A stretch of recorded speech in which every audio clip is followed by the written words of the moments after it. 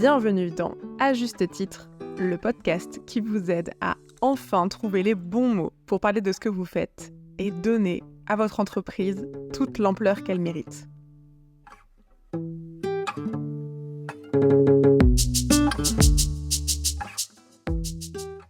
Bonjour, bienvenue dans un nouvel épisode de À juste titre. Dans cet épisode, on se retrouve pour parler d'un sujet qui, selon moi, est bien trop sous-coté chez les entrepreneurs. Ça rebondit sur ce que je vous disais dans l'épisode précédent. Aujourd'hui, on va parler de la charte éditoriale et pourquoi, selon moi, c'est aussi important, voire plus, mais on va pas rentrer dans le débat du forme et du fond, pourquoi c'est aussi important qu'une charte graphique. En fait, on parle souvent de la charte graphique quand on se lance dans l'entrepreneuriat ou de façon générale, l'identité visuelle, ça reste un sujet plutôt démocratisé, mais peu parlent de la charte éditoriale. Et pourtant, sans cadre clair pour définir ce que vous voulez dire et comment vous allez le dire, même le plus beau site internet ou le plus joli logo du monde ne serviront pas à grand-chose. Enfin, en tout cas, selon moi. Du coup, vous avez sûrement prêté attention à votre identité, aux couleurs, au logo, à la typographie, etc. Mais honnêtement, est-ce que vous avez accordé autant d'attention à votre message, aux mots que vous utilisez pour parler de ce que vous faites? Si c'est pas le cas, il y a de fortes chances que votre communication ne soit pas aussi efficace que vous l'espériez, même si vous avez une très jolie identité visuelle. En fait, on va prendre un exemple.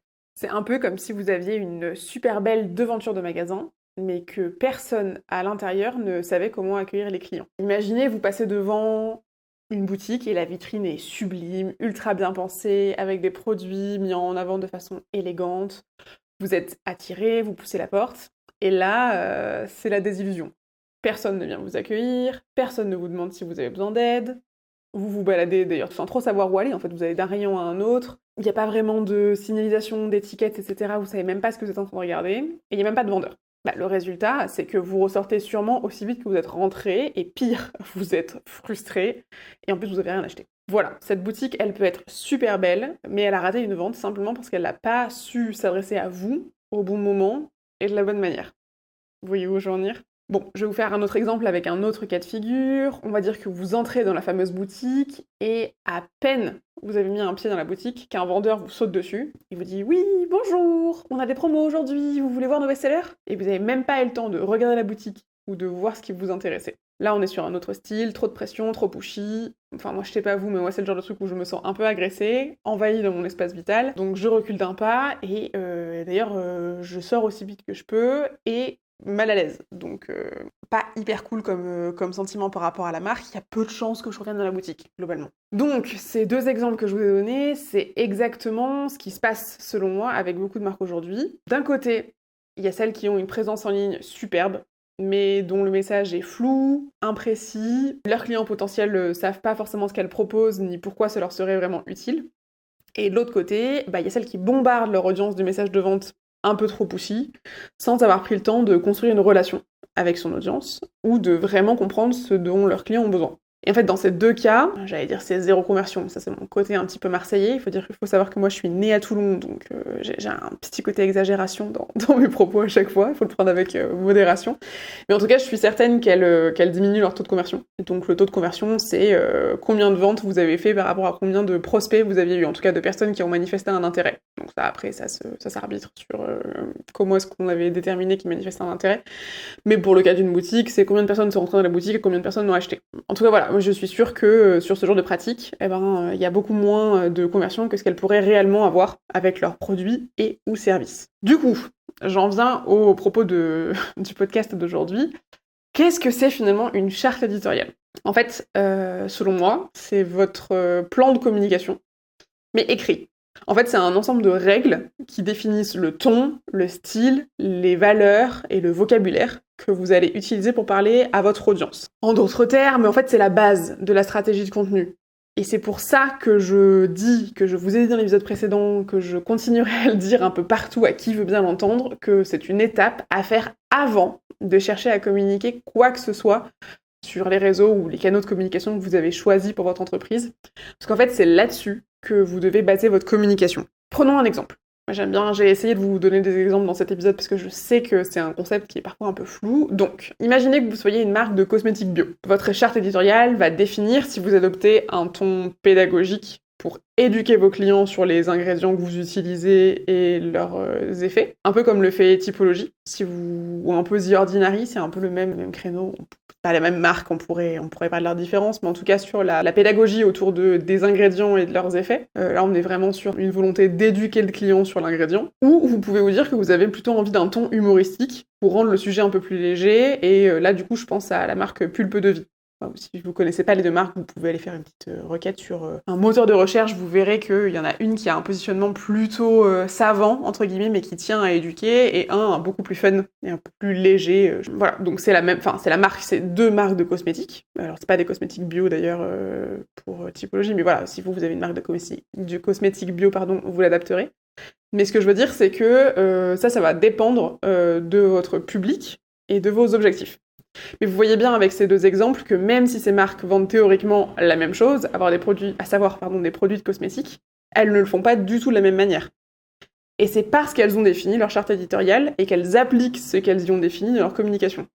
Et par communication, j'entends toutes les prises de parole, qu'elles soient écrites ou orales. En fait, on parle souvent du texte, mais parfois quand vous discutez de vos projets, quand vous êtes invité sur un podcast, quand vous faites une interview, une conférence, etc., c'est aussi des prises de parole, et elles doivent être basées sur votre charte éditoriale. Donc pourquoi je dis que c'est aussi important qu'une charte graphique ? J'espère quand même que vous commencez à le comprendre, mais pour moi, si la charte graphique permet à votre marque d'être instantanément reconnaissable visuellement, donc avec des couleurs, des polices, des logos bien définis, la charte éditoriale, elle est tout aussi cruciale car elle forge votre identité verbale ou textuelle.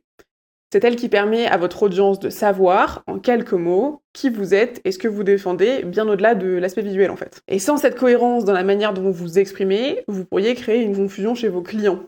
Par exemple, si vous adoptez un ton qui est trop familier pour une marque qui se veut haut de gamme, ou trop formel pour une entreprise qui prône la proximité et l'aspect chaleureux, mais en fait ça peut ruiner votre crédibilité. Même si vous avez le plus beau design du monde, en fait ça manquera de cohérence. Comment je pourrais vous illustrer ça ? On va dire que vous vous présentez à un entretien d'embauche dans un super ensemble tailleur, canon, hyper bien structuré, un peu classique, on va dire un bleu foncé.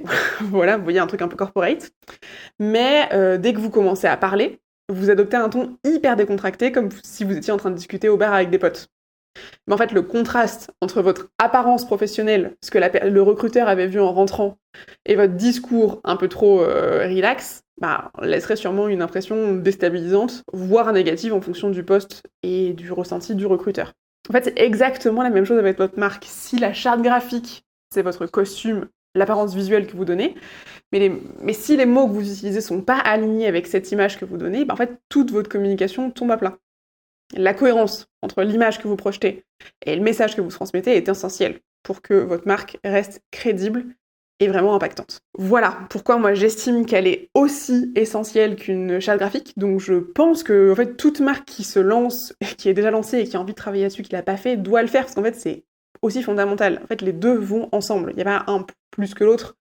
C'est des étapes, mais en tout cas, pour moi, elles sont aussi importantes. Donc, si vous avez fait cet effort de définir l'identité visuelle, vous auriez dû et vous devriez faire cet effort d'identité textuelle. Maintenant que je vous ai dit un peu des aspects théoriques, j'aimerais vous présenter que je pense qu'il peut y avoir dans une charte éditoriale. Bien sûr, là, pour le podcast, déjà, vous m'écoutez, donc voilà, je vais essayer d'avoir un truc assez simple. Et je tiens à le dire, toutes les chartes éditoriales sont différentes. Donc là, je vais vous donner les éléments, on va dire le fil rouge, mais vous pouvez rajouter des éléments, en enlever d'autres s'il y en a qui vous servent moins et les rajouter après. Enfin voilà, ce document, il est modulable. En fait, vraiment, il s'adapte à vous. En revanche, il doit quand même avoir des blocs de fondation pour qu'il ait du sens. Donc dans une charte éditoriale, on va trouver le ton. Quel ton vous allez donner à votre marque. Donc ça, c'est la manière dont vous allez parler à votre audience. Le feeling de vos mots, on va dire. Est-ce que vous vous adressez à vos clients de façon formelle ou plutôt décontractée ? Est-ce que vous tutoyez ou est-ce que vous vous voyez ? Et si vous choisissez de vous voyer, est-ce que c'est un vous de politesse ou est-ce que c'est un vous de communauté ? Parce que ça, du coup, ça aura un impact sur l'expérience que vous allez créer chez votre audience. Par exemple, un ton trop formel peut sembler froid et distant, alors qu'un ton un peu trop familier peut donner parfois une impression d'amateurisme. Ou au contraire, selon la cible à qui vous vous adressez, ça peut être perçu à l'inverse. On va dire qu'une cible très B2B, alors c'est B2B pour ceux qui ne connaissent pas, c'est business to business, c'est voilà, une entreprise qui vend à une autre entreprise et pas à un particulier. Donc une cible très B2B appréciera un ton formel, car c'est ce à quoi elle est habituée et c'est ce qu'elle pratique elle-même. Donc vous lui parlez avec ses propres codes et parfois ça a du bon parce que ça crée un sentiment de connivence plus rapide. Et si vous prenez le parti d'avoir un ton familier, ben ça pourrait plaire à une cible de créatifs qui, par exemple, en a assez de lire des contenus trop lisses et qui aime bien être bousculée, mais dans le bon sens du terme. Elle appréciera peut-être ressentir des émotions fortes en vous lisant, chose qui va la galvaniser et qui laissera un souvenir marquant.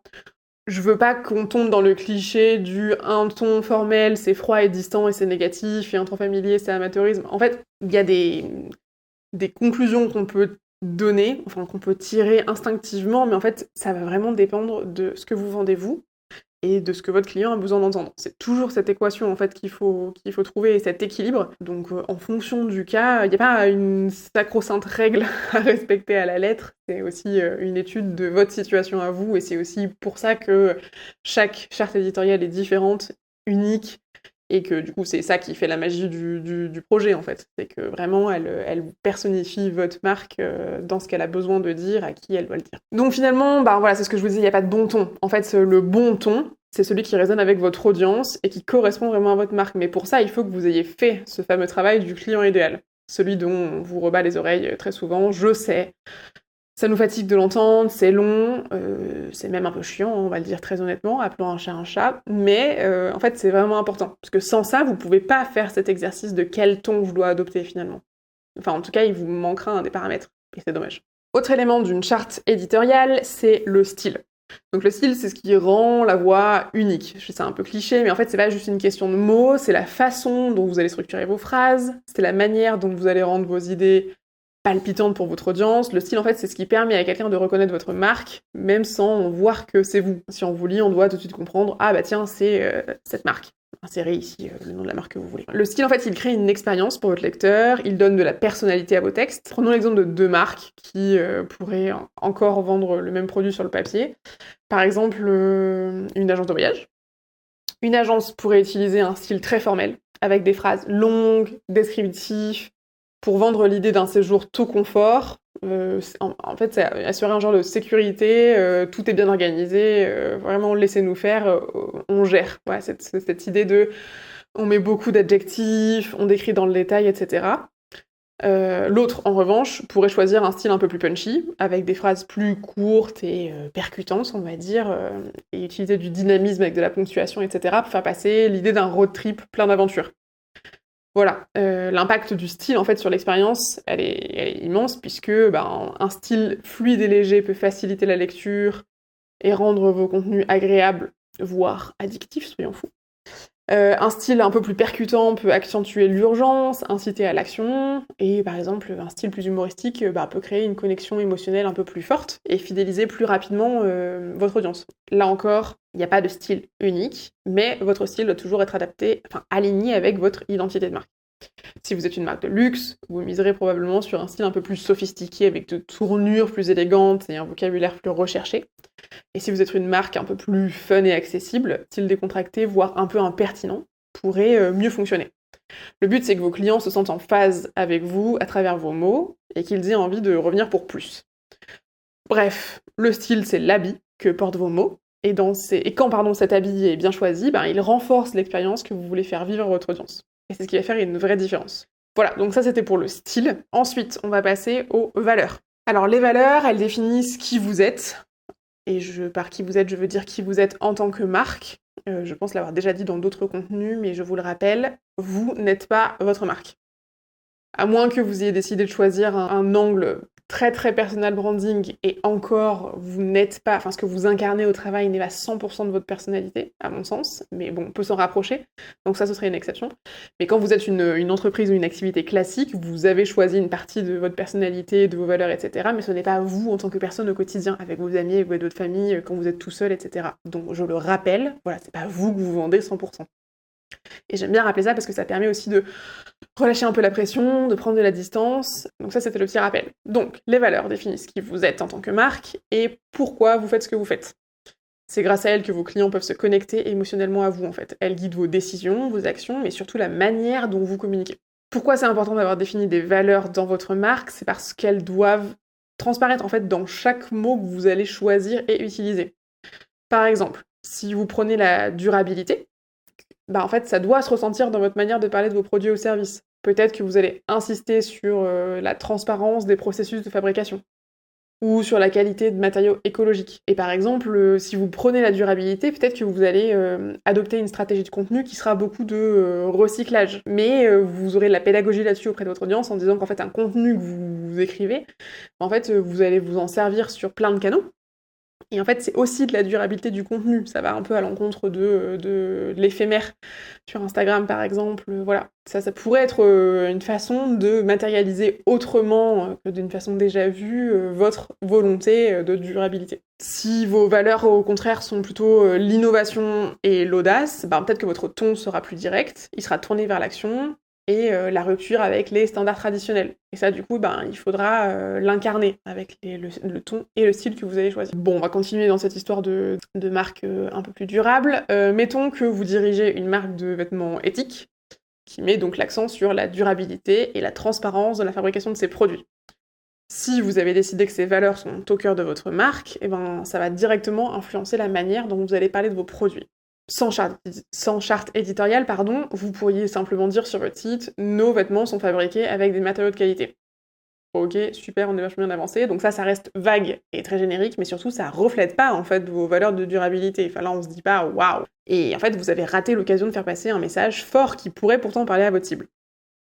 Avec une charte éditoriale pensée et définie, aligné avec ces valeurs, vous pourriez plutôt dire « Nos vêtements sont fabriqués à partir de coton biologique cultivé sans pesticides et chaque étape de fabrication est 100% transparente, de notre ferme en Normandie jusqu'à votre placard. » Et vous pourriez même ajouter « Retrouver le détail de notre chaîne de production ici » avec un lien par exemple vers une section de votre page à propos qui détaille cette valeur de la transparence. Voilà, en fait, là vous ne vous contentez pas de décrire le produit, avec des mots un petit peu bateaux, vous montrez vos valeurs en action. Vous touchez directement du coup les consommateurs soucieux de la dimension éthique de ce qu'ils consomment, qui vont se reconnaître dans vos engagements. Et c'est grâce à cette approche que les clients potentiels qui eux aussi valorisent la durabilité et la transparence se sentiront connectés à votre marque, non seulement pour la qualité de vos produits, mais aussi pour ce qu'elle représente. Vous n'attirez plus uniquement des acheteurs, mais vous créez une communauté qui partage vos valeurs. Et du coup, c'est ce type de cohérence qui renforce votre crédibilité et qui fidélise votre clientèle. Et en fait, ça, sur un business, ça peut faire une sacrée différence par rapport à toute la concurrence qui existe sur votre marché. Voilà, comment est-ce qu'on réfléchit des valeurs et comment est-ce qu'on les incarne textuellement dans une marque. Autre partie de la charte éditoriale, évidemment, du coup, ça va être le lexique. Donc, c'est les mots que vous choisissez qui forment l'identité de votre marque. Ils définissent ce que vous communiquez, mais aussi comment le faites. Comment vous le faites. Si je vous fais des phrases en entier, c'est mieux. Par exemple, est-ce que vous préférez parler de clients ou de membres? Est-ce que vous dites un produit? Est-ce que vous dites une solution? En fait, vous voyez bien que si vous faites l'un ou l'autre choix, vous véhiculez pas du tout la même chose. Donc ces choix influencent la perception de votre audience, et du coup va impacter leur engagement vis-à-vis de votre offre. On va reprendre un exemple d'une marque de cosmétiques. On va dire que si elle utilise des termes comme produit haut de gamme, une élégance sophistiquée, une formulation exclusive, vous voyez tout de suite qu'elle se positionne dans le secteur du luxe, en tout cas d'une marque plus premium. Et en revanche, si elle utilise des mots comme abordable, facile d'utilisation, routine express, elle parle à une clientèle différente qui mise peut-être plus sur la facilité et la simplicité. On n'amène pas du tout la même atmosphère en fait. Cette atmosphère, elle va jouer aussi sur la façon dont vous présentez et votre texte et vos produits. Ça passe aussi par les qualificatifs, les mots que vous aurez choisis pour décrire vos produits ou services. On pourrait même aller plus loin, d'ailleurs, vous pouvez aussi lister les mots à éviter pour ne pas altérer votre image de marque. Pour ça, je prends souvent l'exemple d'un ou une nutritionniste. Dans la liste des mots qu'il voudrait éviter, il pourrait choisir de mettre régime. Souvent, quand on est nutritionniste, on est plutôt sur un rééquilibrage alimentaire. Je dresse un truc très cliché pour que vous voyez. Là encore, il y a 1000 nuances selon vos positionnements, votre cible. Mais On va dire qu'on est plutôt sur se réapproprier la façon dont on mange, les aliments, etc., avoir une relation plus saine, plutôt que dans le régime qui est très restrictif, qui appelle à un inconscient collectif qui est tout à fait différent. Et on pourrait se dire qu'on veut pas que son image de marque soit associée à cet imaginaire-là, en fait. Donc ça pourrait être une liste, vous pourriez faire quelques mots qui sont prohibés, parce que c'est pas ça que vous voulez entendre quand vous parlez de votre marque, en fait. En tout cas, quand vous entendez les gens parler de votre marque, vous voudriez pas qu'ils aient ça en tête. En fait, l'identité, elle est finalement créée par l'équilibre entre ce que vous dites et ce que vous dites jamais. Mais si vous commencez déjà par faire ce travail de définir un lexique à privilégier pour votre activité, sans faire la liste de ce que vous dites pas, c'est déjà beaucoup mieux que beaucoup d'entreprises, croyez-moi. Donc vous pouvez déjà commencer par là. Mais gardez en tête que, voilà, moi j'aime bien cette phrase de « votre identité est créée par l'équilibre entre ce que vous dites et vous ne dites jamais ». Et ça, en fait, ça va se faire avec l'habitude, avec toutes vos prises de parole, avec la cohérence de tous vos canaux, etc. Ça se fait pas en one shot, évidemment, mais l'avoir en tête, je trouve que ça permet de réfléchir un peu différemment, à ce qu'on veut dire. Voilà, on va dire que ça, c'est un peu les grands piliers. Donc vous avez, je rappelle, le ton, qui est la manière dont vous allez parler à votre audience. Est-ce que c'est plutôt familier, est-ce que c'est plutôt soutenu, etc. Le style, là, on est plutôt sur la longueur des phrases, les tournures, la ponctuation, etc. Les valeurs, qui pourraient d'ailleurs arriver en premier, parce que du coup, c'est un peu la base, et après, c'est comment vous l'habillez. Mais du coup, voilà, si vous devez, selon moi, définir des valeurs pour créer des points de connexion avec votre audience, mais c'est pas juste des valeurs fictives en mode ok, on a dit qu'on était bienveillant. Si ça vous intéresse d'ailleurs moi je trouve que par exemple le mot bienveillant est devenu un peu galvaudé. Et en fait s'arrêter là, ça ne veut rien dire. Donc si vous avez envie d'avoir des exemples de ce genre de mots un peu bateau et comment est-ce qu'on peut les préciser, sur mon compte Instagram, donc c'est magic.mathilde, tout simplement. Tous les mois je fais le mot photo du mois. Voilà, donc je crois qu'il y a eu bienveillant, je pense qu'il y a eu authentique, il doit y avoir inspirant. C'est des mots qu'on voit beaucoup, et en fait ce sont des valeurs qui pourraient avoir du sens, mais souvent les marques s'arrêtent à dire ok on est inspirant, basta, point, on passe à autre chose. En fait si vous le dites juste ça, ça ne suffit pas. Il faut l'incarner, et le préciser dans vos prises de parole. Donc voilà, si vous avez envie d'autres exemples un peu plus aboutis, c'est sur mon compte Instagram. Donc voilà, vous avez des valeurs à définir, certes, mais après, c'est comment vous allez les incarner dans votre texte. Et évidemment, après, en dernière partie, il y a le lexique, c'est ok, du coup, vous allez devoir faire une plongée dans des dictionnaires de synonymes, des dictionnaires tout court, des expressions, etc., et choisir, du coup, une liste de mots qui, pour vous, incarnent vos valeurs et soient en accord avec votre style et votre ton. Et du coup, ça, c'est un peu votre base. Quand vous savez pas par où commencer, quand vous savez pas comment le dire, etc., vous allez vous référer à cette liste. Et du coup, ça vous donnera un point de départ qui sera cohérent, parce que vous avez assuré justement cette cohérence avec tous vos piliers de communication, enfin, tous vos piliers de charte éditoriale en tout cas. Voilà, donc ça c'était pour qu'est-ce que vous mettez dedans. Et après, j'avais envie de finir sur les problèmes en fait que ça résout d'avoir une charte éditoriale, au-delà du fait que c'est important au même titre qu'une charte graphique. En fait, sans charte éditoriale, c'est un peu comme naviguer à vue. En fait, vous vous retrouvez constamment à vous poser les mêmes questions. Comment j'en parle? Qu'est-ce que je dis? Comment j'aborde cet angle-là? Par où je commence? En fait, quand vous avez une charte éditoriale, vous ne partez plus d'une page blanche. Enfin, ça, vous allez peut-être le voir maintenant que je vous l'aurais dit, mais les marques qui se lancent en tout cas et qui n'ont pas fait ce travail, vous allez voir que d'un coup, elles sont sérieuses et très professionnelles sur un post, puis dans un autre, elle va tenter de faire de l'humour, puis en fait, elle va être très clivante et un peu impertinent dans une story, et puis sur son site, en fait, ça va être très lisse et corporate.